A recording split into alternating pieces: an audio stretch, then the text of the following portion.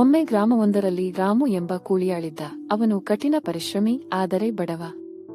ದಿನನಿತ್ಯ ಕೆಲಸ ಹುಡುಕುತ್ತಾ ಊರಿನಿಂದ ಊರಿಗೆ ಸುತ್ತುತ್ತಿದ್ದ. ಒಮ್ಮೆ ಅವನಿಗೆ ಮೇಳದಲ್ಲಿ ಕೆಲಸ ಸಿಕ್ಕಿತು. ಅಲ್ಲಿ ಒಂದು ದೊಡ್ಡ ಆನೆಯನ್ನು ನೋಡಿದನು. ಆನೆಯ ಕಾಲಿಗೆ ಒಂದು ಬಲವಾದ ಸರಪಳಿ ಕಟ್ಟಲಾಗಿತ್ತು. ರಾಮು ಆಶ್ಚರ್ಯದಿಂದ ಪ್ರಶ್ನಿಸಿದನು, ಈ ದೊಡ್ಡ ಆನೆ ಈ ಸರಪಳಿಯನ್ನು ಕಿತ್ತುಕೊಂಡು ಓಡಬಹುದಲ್ಲ? ಆನೆಯ ಬೆನ್ನೇರಿ ಇದ್ದ ವೃದ್ಧ ಪಾಲಕನು ನಗುತ್ತಾ ಹೇಳಿದರು, ಈ ಆನೆಯು ಚಿಕ್ಕದಾಗಿದ್ದಾಗಲೇ ಇದನ್ನು ಈ ಸರಪಳಿಯಲ್ಲಿ ಕಟ್ಟಿ ಬೆಳೆಸದಾಗಿನಿಂದಲೇ ಇದನ್ನು ಮುರಿಯಲು ಸಾಧ್ಯವಿಲ್ಲ ಎಂದು ಭಾವಿಸಿದೆ.